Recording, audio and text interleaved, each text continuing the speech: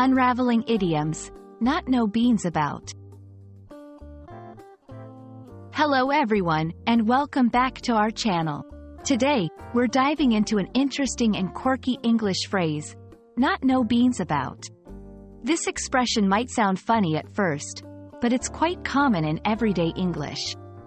So, if you've ever wondered what it means or how to use it, you're in the right place. Let's get started. When someone says they do not know beans about something, they're essentially saying they know very little or nothing at all about that subject. It's a colorful way to admit ignorance without taking oneself too seriously. The phrase, beans, here is used humorously, as beans are considered something small and common, implying that the speaker doesn't even know the most basic facts about the topic.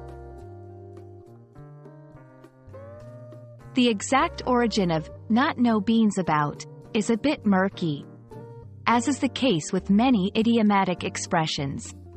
However, it's believed to have originated in the United States in the 19th century. Beans were a staple food and commonly known.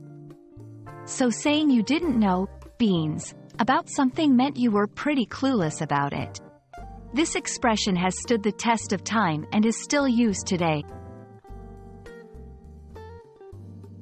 Now, let's see how you can use not know beans about in your conversations. Here are a few examples. 1. I don't know beans about car repair, so I'll take it to the mechanic.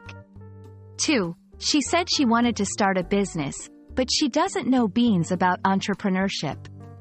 3. We're trying to play this new board game, but we don't know beans about the rules. Notice how it can be used in various contexts, from casual conversations to more serious discussions. It's a versatile phrase that adds a playful tone to admissions of ignorance. And that's a wrap on not know beans about. We hope this video has shed some light on this amusing expression and how you can use it to spice up your English conversations. Remember, it's perfectly okay not to know everything about everything, and admitting it can sometimes be quite fun. Thanks for watching, and we'll see you in the next video. Stay curious and keep learning.